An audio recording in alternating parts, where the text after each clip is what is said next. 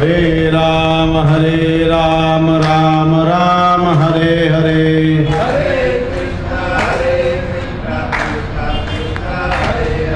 हरे राम राम राम हरे हरे.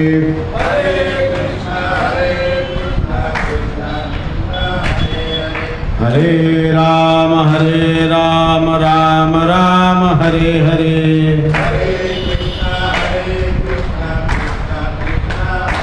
गोपाल कृष्ण भगवान की जय.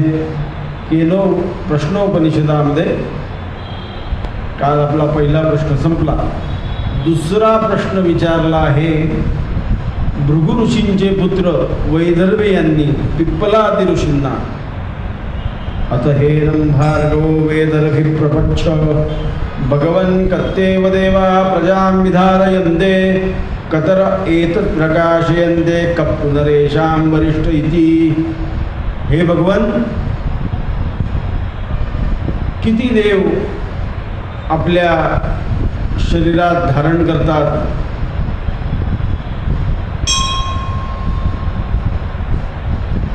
आपल्या शरीरामध्ये किती देव स्थान निर्माण करतात, ते कुठल्या इंद्रियांचे दाता आहेत किंवा कुठल्या इंद्रियांना त्यांच्यामुळे बळ मिळतं, यांना सगळ्या इंद्रियांना प्रकाशित कोण करतं आणि सगळ्या आपल्या शरीरामध्ये श्रेष्ठ कोण आहे. वरिष्ठ इति, ह्या आपल्या शरीरामध्ये इंद्रिय श्रेष्ठ आहे का प्राण श्रेष्ठ आहे, असा वैदर्भींनी प्रश्न विचारला.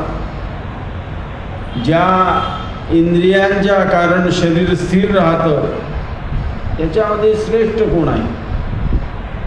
तस्मै होवाचकाशो हवा एषा देवो वायुरग्निराप पृथ्वी वाङ्मनश्चक्षुः श्रोत्रस्य ते प्रकाशभिविदन्ति वयमेव तद्ब्राण.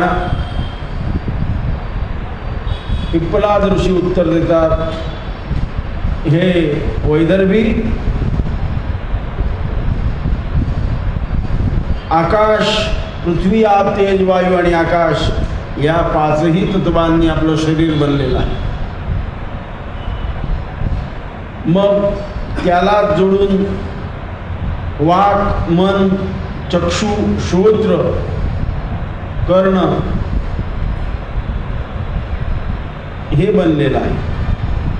या पाच तन्मात्रा म्हणजे पाच, पृथ्वी, आप, तेज, वायू आणि आकाश, आणि हे आपलं बनलेलं शरीर या विशिष्ट गोष्टीपासून बनलेलं आहे आणि त्याला प्रत्येक देवता अधिदेवता आहे.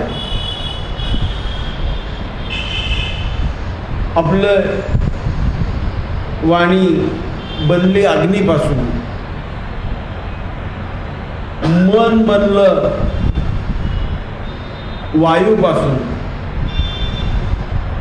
डोळे बनले अग्नीपासून, कान बनले आकाशापासून.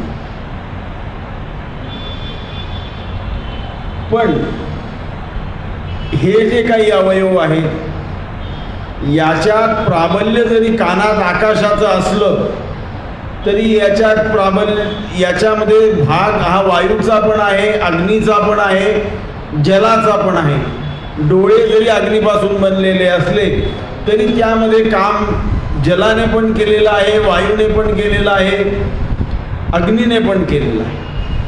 म्हणून या पाचही गोष्टींपासून आपले हे वाङ् मन चक्षु श्रोत्र जिव्हा घ्राण पाद पायू बस्तानी एवढे सगळे अवयव बनलेले आहेत. मग डोळ्याची देवता कुठली, तर डोळ्याची देवता आहे सूर्य. वाणीची देवता कुठली, तर वाणीची देवता आहे अग्नी. मनाची देवता कुठली आहे, तर मनाची देवता आहे चंद्र. या अशा देवता आपल्या शरीरात आपले अवयव धारण केलेले आहेत. धारण करतात. ह्या सगळ्यांमध्ये श्रेष्ठ प्राण आहे. ह्या सगळ्यांमध्ये श्रेष्ठ काय आहे तर प्राण. आकाशादी पंचमहाभूतांनी हे इंद्रिय गोलकमय स्थूल शरीर बनतं. आकाशादी पंचमहाभूत म्हणजे पृथ्वी, आप, तेज, वायू आणि आकाश यांच्या एकत्रीकरणाने जसं माठ बनवायला गेले तर नुसता मातीचा माठ नाही बनत, त्याच्यात पाणी घालावं लागतं. पण त्या माठामध्ये प्राबल्य कशाचं आहे तर मातीचा माठ. पण ते बनवताना त्याच्यात पाणी मिश्रित आहे, पाणी घातलेलं आहे. तुम्ही त्या माठाला जर कान लावला तर पाणी वाहतं असा आवाज येतो. तुम्ही आणखीन तुम्हाला सुंदर उदाहरण देतो. शंख घ्या, शंख कानाला लावा, समुद्राच्या लहरींचा आवाज येतो. म्हणून हे गोलोकमय शरीर, स्थूल शरीर या आकाशादी पंचमहाभूतांनी बनतं. ह्या इंद्रियांना शक्ती हा प्राणच देत असतो. इंद्रियांना जी शक्ती आहे ती देण्याची शक्ती प्राणच देतो. प्राण आहे म्हणून ते डोळे पाहू शकतात, प्राण आहे म्हणून आपण बोलू शकतो. ते श्रद्धानां बभूव सोऽभिमानात् दूर्ध्वम् उत्क्रम इव तस्मिन् उत्क्रमार्थे. पिप्पलाद ऋषी पुढे सांगतात की ह्या इंद्रियांचं आणि प्राणाचं एकदा भानगड झाली. आपल्या शरीरात जे इंद्रिय आहेत, डोळे, वाणी, कान, यांची आणि आपल्या प्राणाची एकदा भानगड झाली की आपल्यामध्ये तू म्हणतो म्हणे प्राणा की मी श्रेष्ठ आहे, पण आम्ही आहे म्हणून तू आहे. तर प्राण ह्या आपल्या सगळ्या इंद्रियांना म्हणाला की बघा, तुम्ही माझ्यावर श्रद्धा ठेवा. शरीर सगळं इंद्रिया हे प्राण आहे म्हणून नाही, तर ते काही ऐकायला तयार नाही. डोळे म्हणाले किंवा मी आहे म्हणून सगळं जग पाहू शकतं. डोकं म्हणालं मी बुद्धी चालवतो म्हणून तुम्ही बोलू शकता. वाणी म्हणते मी चालवतो, तू बोलावं तर मला लागतं. मी बोलते म्हणून, वाणी म्हणते मी बोलते म्हणून सगळं ऐकू शकतं. मग यांची भानगड जोरात झाली. प्राण म्हणतो तुम्ही ऐका, कारण तुम्ही जे बनलेले आहेत ते पृथ्वी, आप, तेज, वायू आणि आकाशापासून बनलेले आहेत. तुम्ही विनाशी आहेत, नाश पावणारे आहेत. डोळे, जिव्हा, कान नाश पावणारे म्हणजे तुम्ही म्हणाल नाश कसे पावतात? जन्मता आहे ना, जिवंत आहे तेव्हाही नाश पावतात आणि मेल्यावर तर नाशच पावतात. एखाद्याला म्हातारपणी दृष्टी कमी होऊन जाते, नाश होतो डोळ्यांचा. वाणी बिभत्सन बोलायला लागते, संबंध सोडून त्या वाणीचा नाश होतो. कर्णाजीचे ठाणे उठले, म्हातारपणी ऐकू येत नाही. एकदा एका मंदिरात एक वयोवृद्ध आजोबा आले आणि त्यांचा मुलगा बरोबर होता.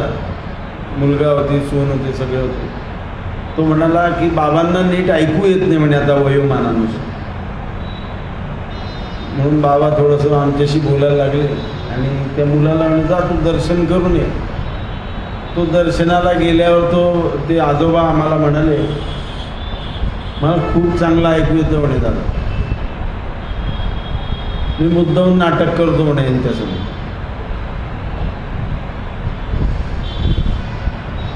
सगळ्यात सुखी होण्याचा म्हातारपणी मार्ग म्हणजे कान गेले मला ऐकू येत नाही हे म्हटलं की सगळ्यात सुखी होतं. म्हणजे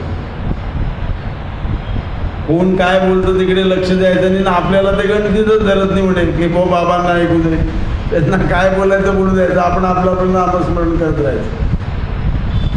म्हणून कानही नाश पावतात वयोवृद्ध झाल्यावर, किंवा एखाद्या वयोवृद्ध गृहस्थाचं सगळं चांगलं आहे पण मरण झाल्यानंतर ते डोळे नाक कान सगळं जाळून टाकावं लागतं. जाळल्यानंतर अस्थि जेव्हा आपण गोळा करायला जातो तेव्हा कान सापडतच नाही, डोळेही सापडत नाही, जिव्हाही सापडत नाही, काहीच सापडत नाही. प्राण निघून जातो. कारण तो प्रदत्त ईश्वराने गतिमान गतिदाता ईश्वराने त्याला बनवलेला आहे, म्हणून तो अविनाशी आहे. परमात्म्याकडनं स्वयंनिर्मित ज्या गोष्टी असतात त्या अविनाशी आहेत. परमात्म्याकडनं ज्या बनलेल्या गोष्टी आहेत, स्वतः परमात्म्याने ज्या गोष्टी बनवल्या त्या अविनाशी.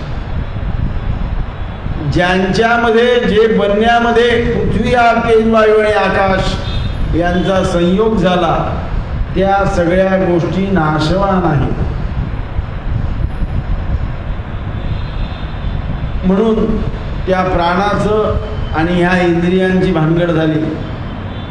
प्राण समजावून सांगतोय की जसं मधमाशीच्या पोळ्यामध्ये राणी माशी असते, ती जेव्हा मध घ्यायला जाते तेव्हा बाकीच्याही माश्या जातात आणि ती आले की परत सगळे येतात, त्याप्रमाणे मी प्राण हा शरीरात महत्वाचा आहे.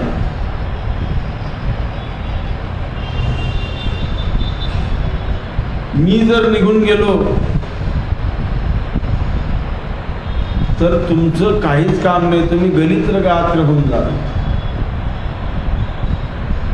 तेव्हा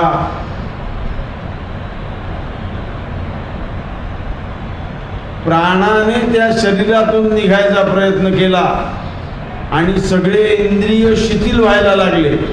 तेव्हा प्राण म्हणाला निघू. तेव्हा इंद्रिय म्हणाले की नाही, तुझीच सत्ता महत्वाची आहे.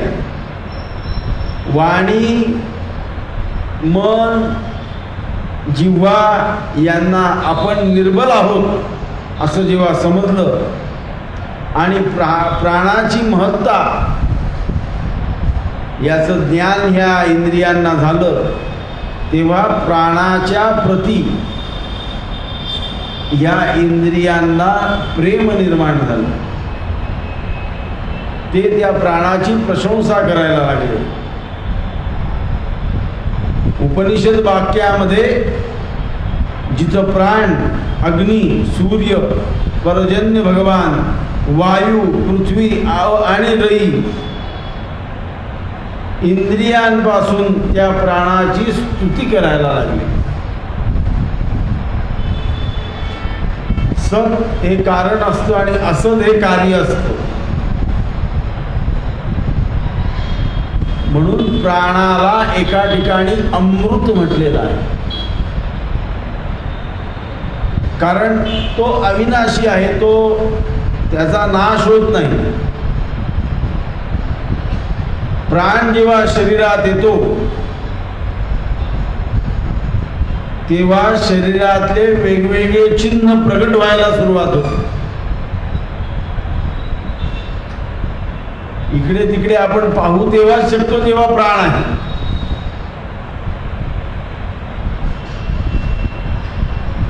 म्हणून तो प्राण सूक्ष्म भूताची रचना आहे. मनुष्याचा मृत्यू झाल्यावर स्थूल शरीर चक्षु आदी सगळं गलित गात्र होऊन जातं. म्हणून प्राणाला अमृत अविनाशी म्हटलं गेलेलं आहे. अरा इव रथनाभो प्राणे सर्वं प्रतिष्ठितं रेचो रेग्यजुः सामानि यज्ञः क्षत्रं ब्रह्म च. जसं रथाच्या चाकांना आऱ्या असतात तसंच प्राणामध्ये ऋचा, यजुर्वेद, सामवेद 3 प्रकारचे मंत्रवाले 4ही वेद, वेदविहित यज्ञ, बल, ज्ञान हे सगळं प्राणाशी जुडलेलं आहे. हे स्पष्ट होतं की मनुष्य ज्ञान, बल आणि शुभाशुभ कर्म हे सगळं तेव्हाच करू शकतो जेव्हा शरीरात प्राण आहे. जेव्हा शरीरात प्राण आहे. जर शरीरात प्राणच राहिले नाही तर आपण संसारही करू शकत नाही, धर्मही करू शकत नाही, परमार्थही करू शकत नाही. म्हणून प्राण आहे म्हणून आपण देवादी कार्य सुद्धा करू शकतो. म्हणून बऱ्याच ठिकाणी संत म्हणतात की शरीर जपा, भोग्यादी वस्तूंनी जपू नका, तपाने जपा. तप करून सुद्धा शरीराला जपता येतं. का शरीराला सांभाळायचं? कारण त्या शरीराकडनं 100 वर्षापर्यंत भगवंताचं नामस्मरण घडलं पाहिजे.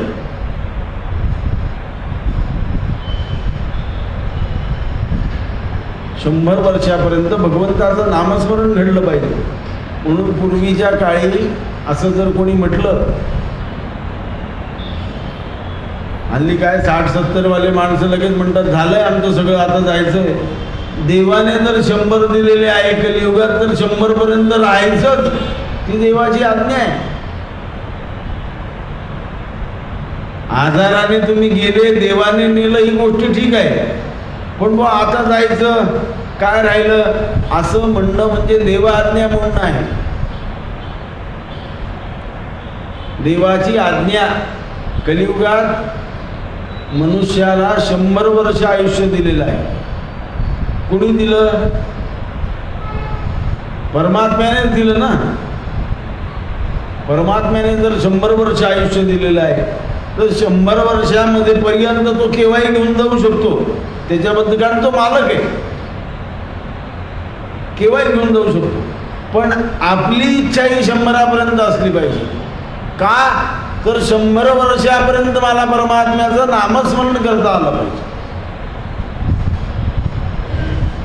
ही जेव्हा मनात कामना असते, तुम्ही म्हणाल की ज्ञानेश्वर महाराजांनी संजीवन समाधी घेतली आहे. आजही ती समाधी मनोकामना पूर्ण करते. प्रजापतिश्चरति गर्भे त्वमेव प्रजापतिजायसे तुभ्यं प्राणः प्रजास्त्विमां बलिं हरन्ति यप्राणे प्रतिष्ठिष्यसि. शरीरांतर्गत गर्भामध्ये गर्भाची स्थापनेचं कारण प्राण आहे.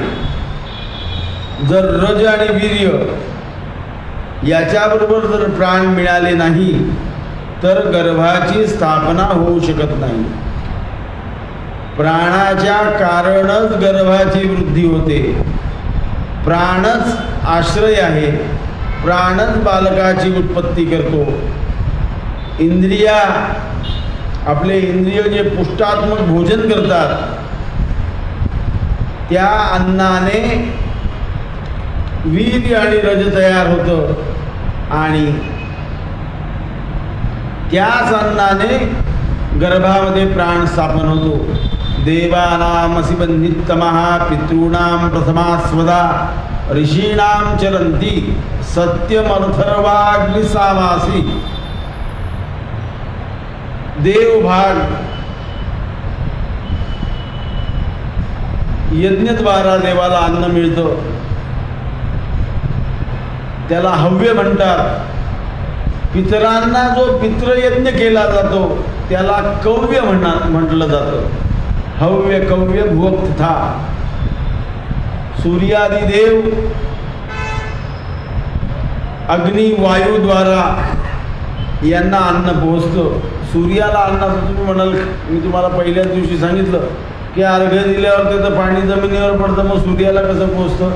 तर वायुरूपेण सूर्यापर्यंत पोहोचतो.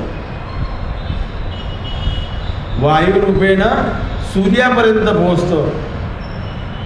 म्हणून सूर्याचा भाग अग्नी वायूद्वारा त्यांच्याजवळ पोहोचतो, म्हणून प्राणाला अग्नी हव्यवाहक म्हटलं गेलेलं आहे. पितरांचं कव्य ग्रहण करण्याचं कारण स्पष्ट, तेही प्राणाद्वारेच पितरांना पोहोचतं. म्हणून ज्या घरात नवीन लग्न झालं आणि संतती उत्पन्न झाली की मागची पिढी उद्धरली असं म्हटलं जातं. मागची पिढी उद्धरली. तुम्ही पिंड कार्य जेव्हा चालतं तेव्हा आजी, पणजी, तिची सासू असे 3 असतात. जेव्हा आई ॲड होते, आईचा पिंड पडतो, आई, आजी, पणजी. शेवटची पणजीची सासू गेली, मुक्त झाली.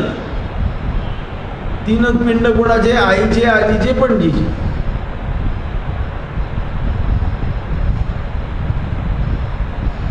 आमच्या मी आईचं कर्म करायला 13व्याला नाशिकला होतो, तर ते सगळे 46 पिंड द्यायचे होते. ते पिंड देताना ब्राह्मण असं म्हणाला की मी गेले 40 वर्ष झाले इथं कर्म करतोय, पण पहिलं कर्म तुमचं असं आलं की पहिल्या पिंडापासून शेवटच्या पिंडापर्यंत हळदी कुंकू व्हावं लागलं. आमच्या घरामध्ये आजपर्यंत सगळ्या ज्या स्त्रिया गेल्या त्या सौभाग्यवतीच गेल्या. आई सौभाग्यवती गेली, आजी सौभाग्यवती गेली, पणजी सौभाग्यवती गेली, त्यांची सासू सौभाग्यवती गेली, त्यांची सासू सौभाग्यवती गेली.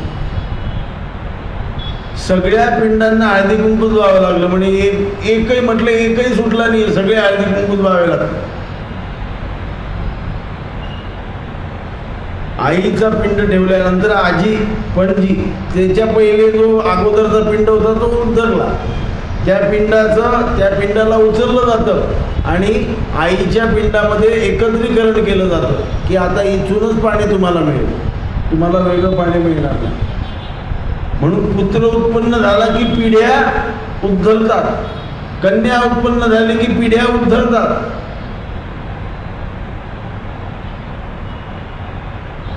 म्हणून प्राण तेजस्वी आहे, प्राण रक्षक आहे. आपल्या शरीराचा रक्षक कोण आहे? प्राण. तुम्ही म्हणणार रक्षक कसं? तो डोळ्यांचे रक्षण करतो, तो जिव्हेचं रक्षण करतो, तो श्रोत्राचं रक्षण करतो. तो आहे म्हणून आहे, तो गेला की गेलं.